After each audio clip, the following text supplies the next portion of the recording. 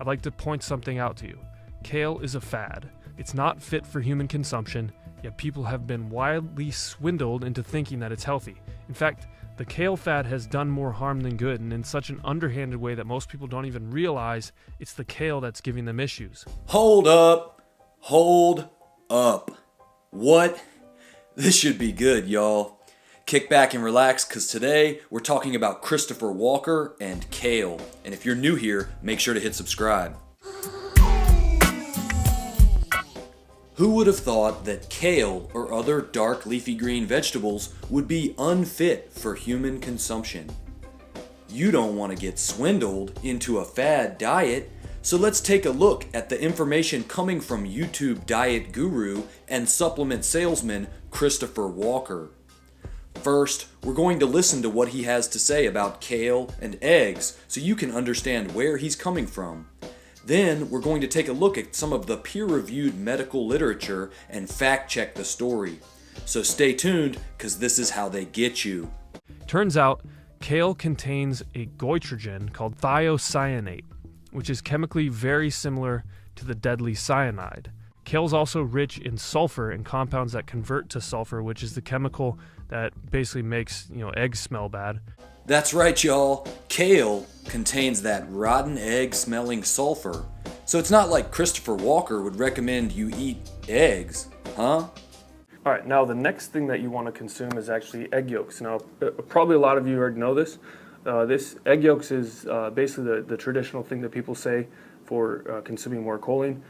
Egg yolks are awesome. They basically, now a lot of people throw them away. They think that they're the bad part of the egg. It's actually what's full of all the nutrients, and it's very high in choline. Now, first of all, kale is part of the same plant species, which also includes cabbage, broccoli, cauliflower, Brussels sprouts, collard greens, and more. Because this video is mostly about his bizarre kale rant, we're going to have to ignore the well-documented link between egg consumption and the bacterial production of a carcinogen known as trimethylamine oxide in the human gut. A connection which traces back to the choline in eggs, which, by the way, does not seem to occur when you eat healthy choline-containing plant foods such as broccoli. Alright, stay with me through these next clips because his rant gets even more bizarre and irrelevant. Then I'm going to show you the science so you can decide for yourself. One metabolite of sulfur, which is called S-methylcysteine sulfoxide, is known to cause, quote, what's known as kale poisoning, which is severe hemolytic anemia, which is a life-threatening breakdown of red blood cells in livestock. This anti-thyroid leafy vegetable is going to do some real damage if it's not exposed, so I'm going to do my part. I've never liked kale. I think it's just people are just convincing themselves they like it. It doesn't even taste good. Scientists, when they first started studying kale, never considered that humans would someday actually consider it a health food. Back then, it was only food for livestock. At that point, it wasn't even an impressive food because it was actually damaging the health of this livestock, and a lot of the livestock wasn't even being born. They were being born with developmental issues. So even before people were noshing on kale chips all day, kale managed to poison these cows and anyone who was eating it. So he's talking about kale poisoning in livestock and his own personal food preferences, in which he deliberately mentions that he doesn't like the taste of kale. Then he just reinvents the history of vegetables as if no one was going to fact check him on this. Scientists, when they first started studying kale, never considered that humans would someday actually consider it a health food. Back then, it was only food for livestock. It's so ridiculous. Just look, these types of vegetables have been cultivated for thousands of years and well documented since the Greek and Roman times. Are you telling me that Greek and Roman scientists were only studying these foods for livestock and not for human consumption? Huh? Alright.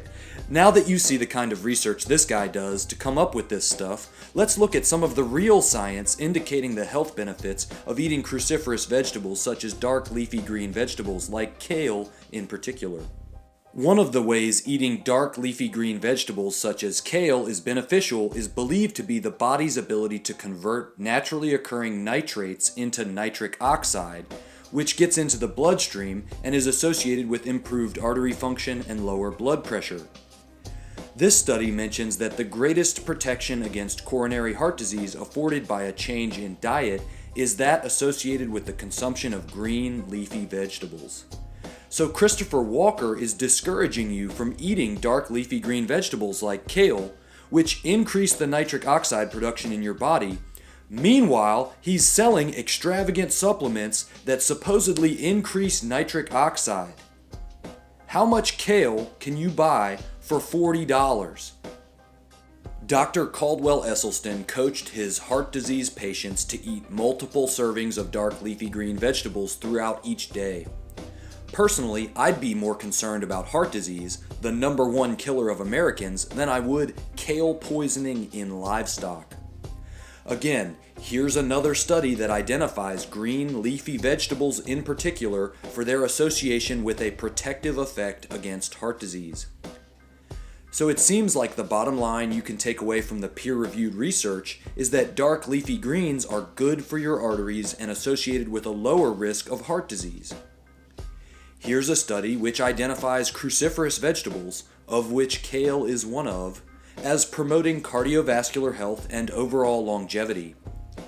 In fact, I'm going to put an open challenge out to anyone watching this video to come up with one peer-reviewed study which shows any deleterious effect or significant negative statistical association in human beings with kale consumption or eating dark leafy green vegetables.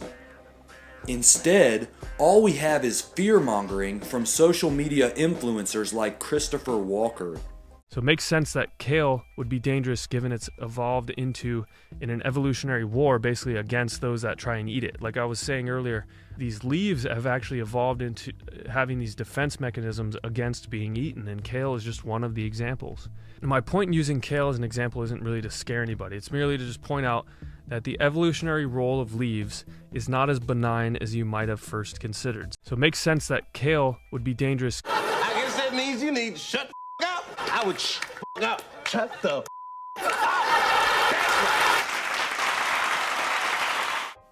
If kale is dangerous, then how come Dr. Greger has an article about using greens to improve athletic performance? I also noticed that Dr. Greger isn't selling supplements marketed to improve athletic performance. Unlike Christopher Walker, Dr. Greger is a real doctor who always cites his sources with real research. Lastly, let's talk about how Christopher pussyfooted at the end of this video and tried to walk back his bizarre, erroneous fear-mongering about kale. Christopher, no one cares what your intentions are. If you put out this kind of nonsense, somebody's gonna check your ass. And please, dude, do not come out with a video saying you were attacked by vegans. Some of y'all know what I'm talking about. If you want to learn more about nutrition misinformation and how to avoid these fad diet mistakes, like some of the pitfalls getting pushed out there by Christopher Walker, make sure you subscribe to Red Pill Vegan. And if you want to avoid slipping on the egg yolk and falling victim to the steak knife, make sure to give this video a big thumbs up and share it with your people. Next.